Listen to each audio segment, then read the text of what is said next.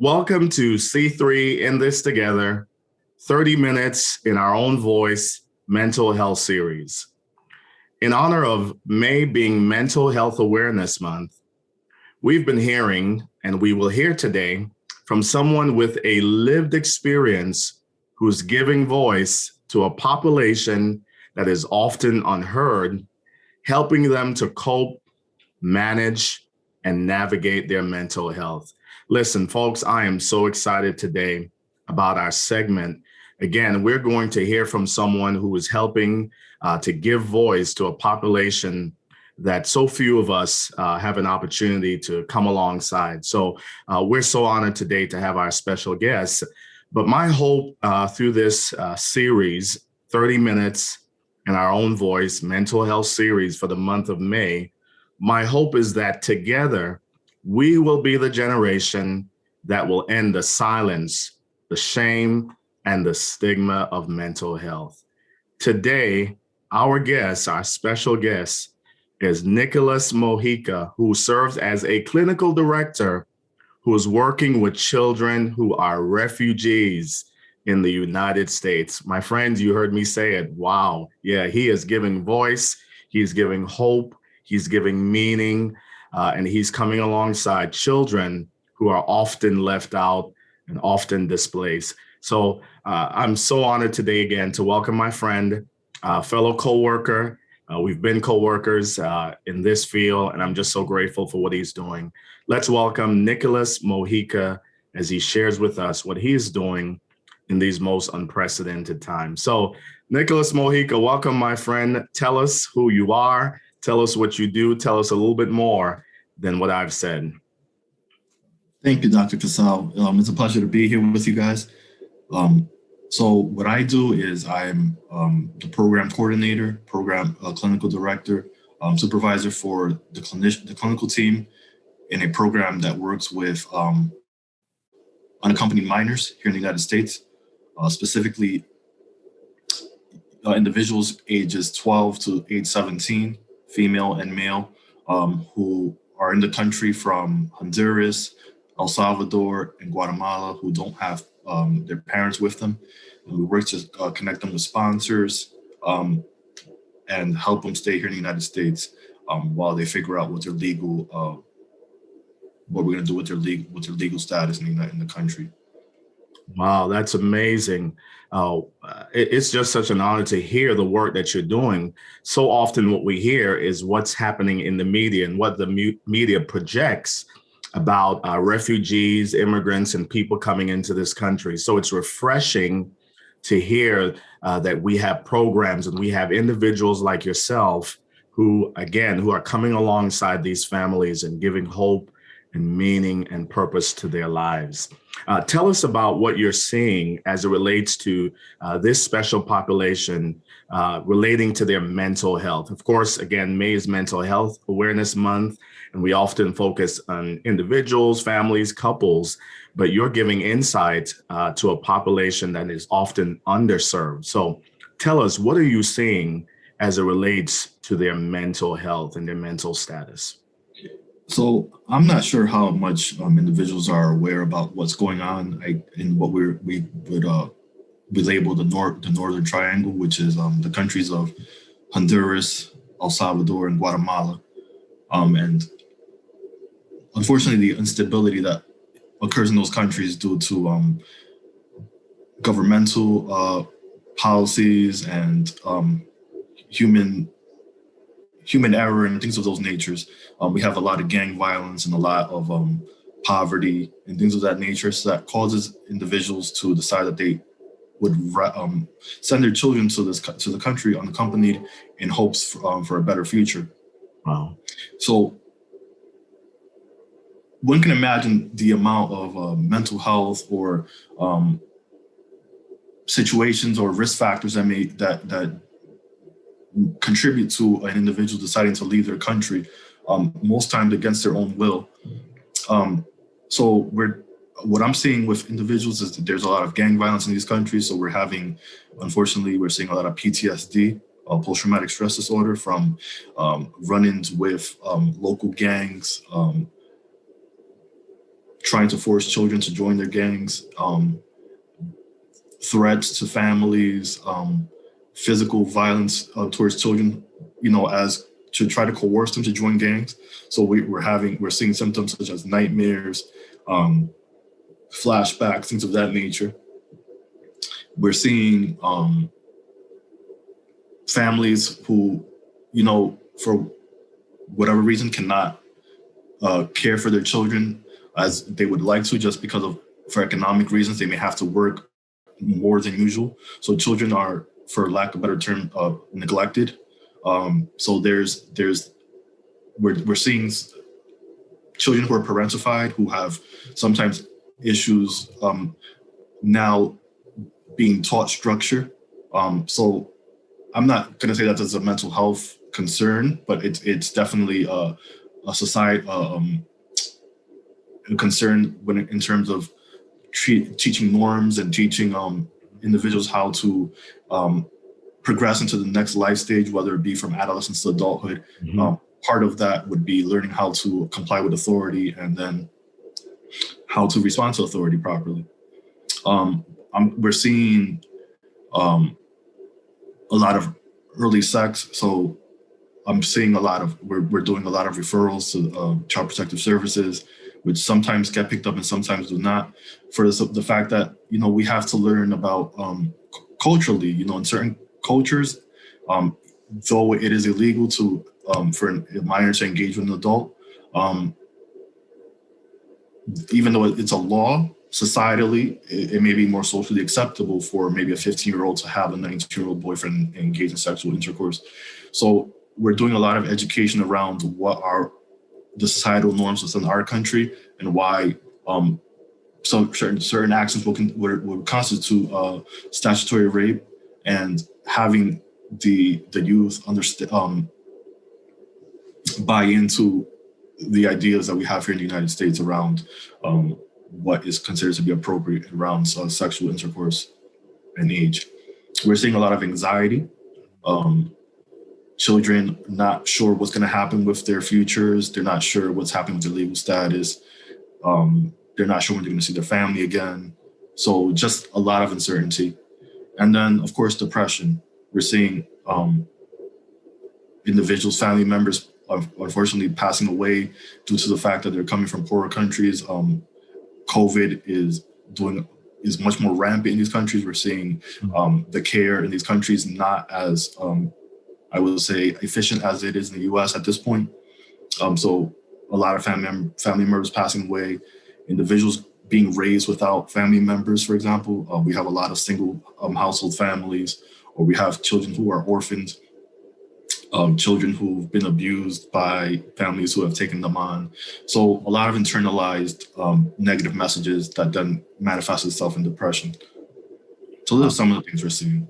Wow. Thank you for sharing that. And someone watching and listening might say, well, this is a political issue. Why are we talking about this? This has nothing to do with us here in the United States. That's them. Let's kind of leave them where they are. Please know, my friends, that this is not a political platform. This is not an immigration platform. But Mr. Mojica, as you were speaking, what came to my mind was you are giving us new eyes, new hearts, and a new sense of listening, which is really what empathy is, right? Empathy is getting down in the dark places with people who are suffering and letting them know that they are not alone, right? Mm-hmm. So, hopefully through this session that our empathy level will begin to rise, right? Our humanity will come to the forefront again. It's easy for us to say, that's them. Let's leave them where they are. Those are their children. But my friends, it is my hope that even as we listen to the work that Mr. Mojica is doing, while it might not impact us, our human frame personally, I pray that it would. And my hope is that it would, in the sense of where one hurts, we hurt. If you hurt on the other side, we hurt on this side. So we never know where we might be called on to be empathetic, to be hopeful, and to provide, strength to others who may not be in a situation like this. But again, my hope is just that empathy would begin to rise. So tell us, what have you been doing to come alongside children and youth in this population. You've told us about their plights. You've told us about some of the mental health challenges, some of the family dynamics at play. But tell us, what have you been doing to come alongside to support this unique population? So definitely, we work with the individual, obviously on an individual case basis. So every story is different. For the most part, let's say we have a child who does have who is suffering from symptoms of some kind of mental health disorder, or some kind of displaying symptoms of depression or anxiety. Of course, we are spending our time speaking with the child, trying to understand where they're coming from, get the best understanding of their story. I encourage my team and I encourage the youth to understand that their story is special and it's important, and that your story is your story. You're the expert of your story, and I want to hear the way you have to tell it. And some of these stories are gut wrenching. Some of them are amazing stories of perseverance. And like you were saying before, it's not a political. For me, it's not a political thing. It's about it's a human rights. Yes. It comes from a human rights concern for me, the work that I'm doing. And I have to I have to ask myself, what would cause an individual to leave their home?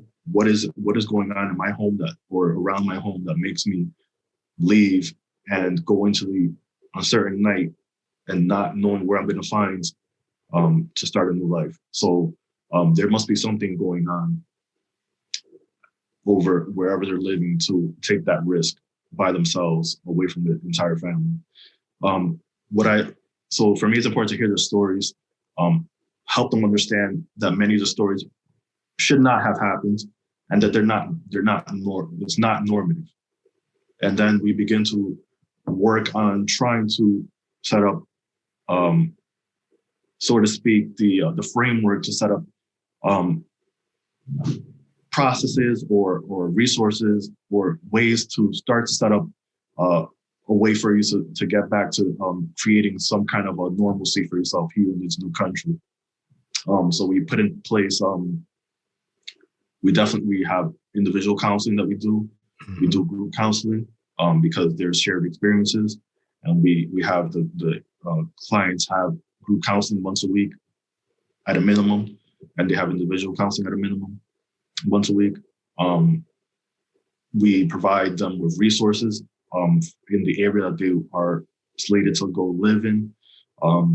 We work with their sponsor directly based on their case, and we talk with their sponsor about what it is that we're seeing with the child in terms of needs that they may require, and then we work to identify resources in their community to see what we're able to get them connected to, whether it be counseling, whether it be getting them enrolled in school, whether it be getting them enrolled in a job training program, finding affordable legal representation.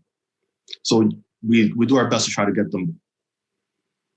This is an anxiety-provoking experience. You're coming to a country that you've never been to before. You're learning new rules, learning how we do things here in the U.S.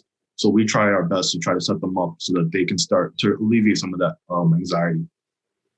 Another piece that we do is we educate them about mental health, because in a lot of the countries of the children that we deal with or we work with, mental health services, there's a stigma around it. Mm-hmm. Or it's not even, not many people have access to being a psychologist or a psychiatrist or a social worker or some kind of a therapist. So a lot of what we do is we educate them on what it is that we do, let them know that talking about your issues there's nothing wrong with it. Let them know that even my therapists, my clinicians we speak with one another. We offer each other the opportunity to have therapy. So everybody at some point would benefit from therapy. So that kind of lets them understand that, if you're feeling overwhelmed, that it's okay to speak to somebody. Oh, thank you so much. And I love what you said about their story and them being an expert in their story. And that again takes us back to, why are we doing this, right? Why am I engaged in this 30 minutes in our own voice series? It's exactly what you just said, that we would give voice to people's stories. So that might not be your story. Might not be the story of your children or your child or your school or your community, but everyone has a story that deserves the right to be heard.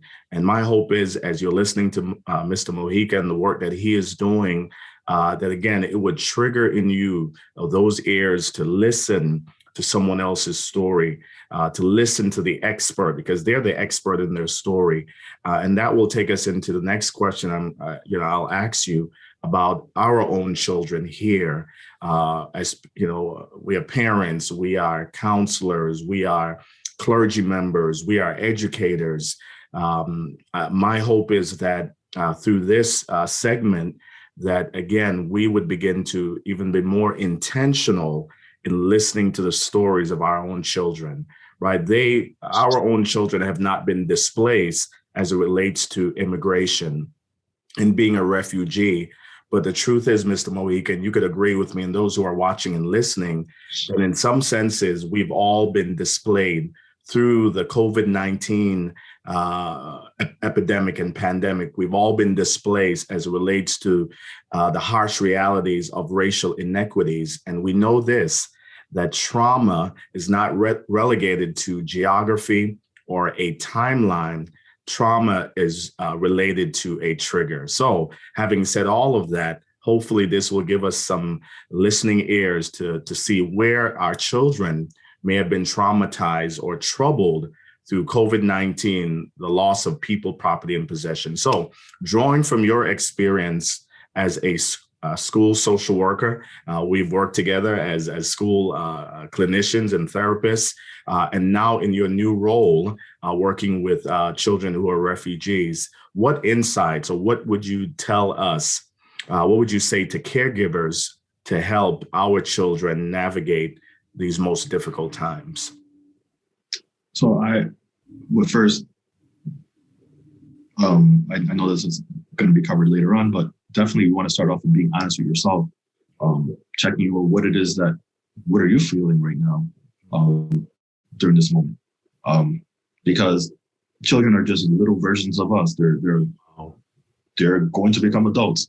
So they have feelings just like us. So first, you want to check in with yourself. How are you feeling? And 9 times out of 10, the child is feeling quite similar to you. You're feeling anxious, or you're feeling like this is not normal, or this doesn't make sense, or this is stupid. They're probably feeling similar to that. So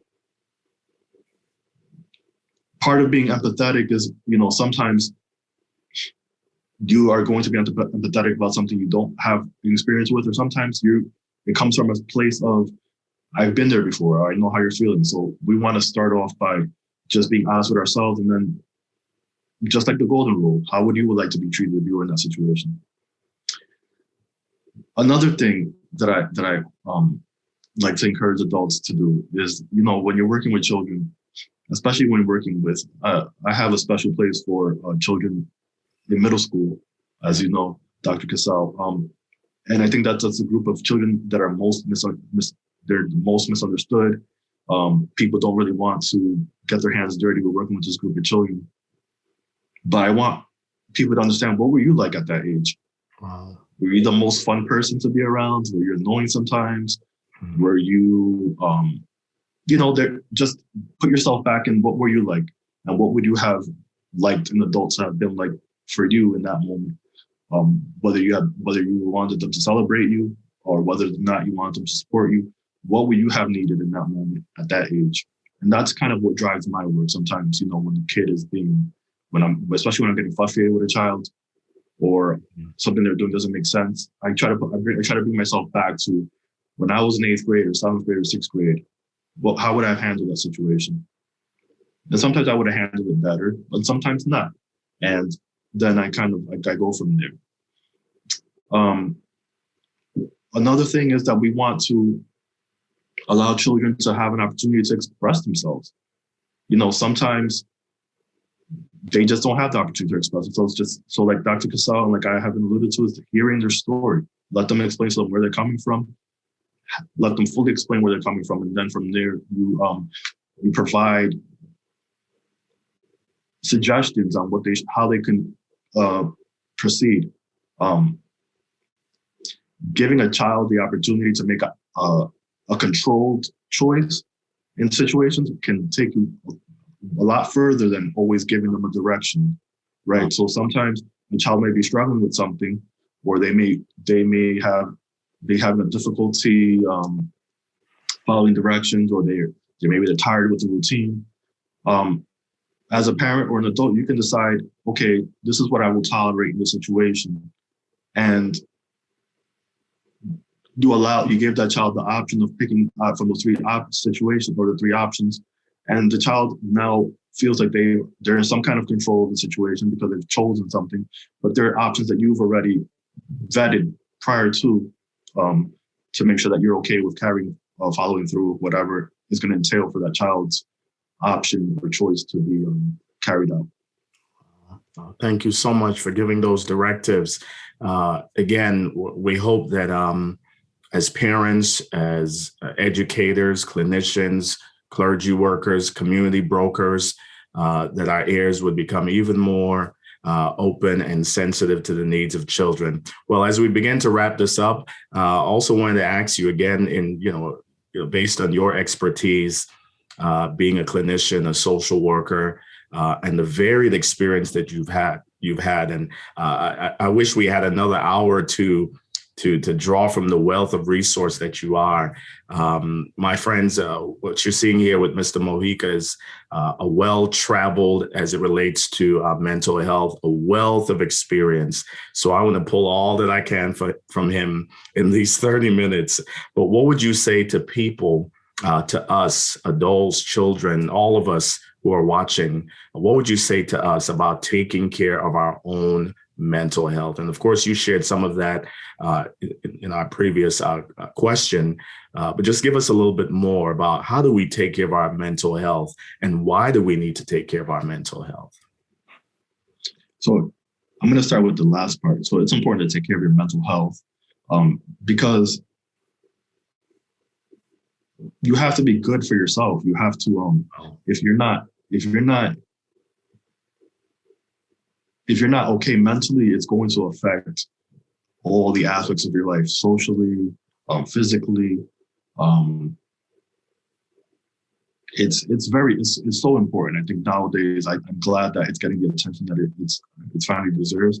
But your mental health it's the most personal part of yourself, because no one but you can hear what's going on in your brain when no one else is checking in. So it's about your inner peace and how you can live with you. So mental health is very important because it's about your self-maintenance. My advice to individuals is, I tell my sisters this, I tell my clinicians this, I tell everybody.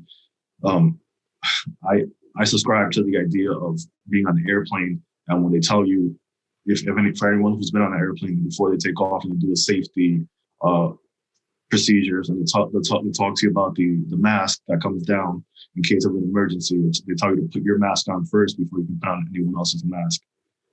That's how I live my life. I can't help other people if I'm not okay. So I got to secure my mask before I start helping other people put their mask on. So it's important for you to check in with yourself and check in to see how it is that you're feeling, whether it be a situation where you overreact or a situation that you are highly emotional over. You want to examine what brought you there. Just giving yourself the time to actually examine what caused you to react with just every reaction that you have. I recommend that you have open conversation. You hopefully have people in your life that you can have open conversation with about how it is that you're feeling, whether it be a spouse or a sister or a sibling. And you talk to them about how it is that you're feeling, and you have people that you can check in with, because the reality is that sometimes you may not have access to a clinician. But it's important to, build that community around yourself, having, whether it be grandma, auntie, whoever it is that you feel comfortable talking to. It's important to get the stuff out. Holding the stuff in serves nobody any good. What else? I recommend journaling. I think that is important for people, especially now during the COVID. We've had people lose family members. We haven't been able to grieve the way we've become accustomed to grieving. We've had to socially distance. Some family members were not allowed to be at the funeral. Some things happened suddenly. One thing that I encourage youth to do when there's a sudden death is write a letter to their family member. The family member may never ever receive the letter, but it allows the child or the individual to get the words or the statements or the sentiments they wanted to get out to the family member who's deceased. And it's for the survivor. It's for the individual to get some kind of peace. So I have plenty more. That's where I can stop for now. Wow, thank you so much. And Mr. Mojica, I love your analogy of the plane, right? Being on the plane, they tell us, and this is worth repeating, right? And I want to say this to you, and I want to lean into the camera and say this to people, right? Put on your mask first, right? You are no good to others without first taking care of your own mental health. So in these very turbulent times, right, we need to make sure that we have on our mask, that we ourselves are checking in with our own mental health. And the other thing I wanted to highlight is what you said. We may not have access to a professional, a clinician, a therapist, but I always say this, and I often say this, that some of the best clinicians out there are not the professionals, but it's your barber. It's your in your beauty salon. It's your faith community, your church, your mosque, your synagogue. Those are some of the best clinicians and those that you could pour yourself into. Well, Mr. Mojica, you have shared with us a wealth of resources for helping ourselves, helping our children, and helping those that we often don't give voice to. So thank you again for your time. I know that you are so super busy, but thank you for the time that you shared with us today in being with us in this segment. My friends, those of you who've been joining us in this series, thank you for locking into us and leaning into this series. We're getting such amazing reports of the benefit of the 30 minutes in our own voice mental health series. We do want to remind you, for more resources about mental health and mental health awareness, we invite you to visit our webpage at c3inthistogether.com. You will see that on the screen. And again, Mr. Mojica, thank you for all that you're doing to be light and hope in these most difficult times. That's what I see you as. You've always been that way anyhow. You've always been the one that gives voice to our children. And just thank you for what you're doing. Thank you. Again, to be light in these most difficult times, bringing hope, recovery, healing, wellness, and resilience. Thank you again, my friend. And those of you who've joined us, thank you for joining us. And we will see you next time. I believe we have maybe 2 more episodes in our series. So we look forward to seeing you in our next series, 30 minutes in our own voice mental health series. Thanks again, Mr. Mojica.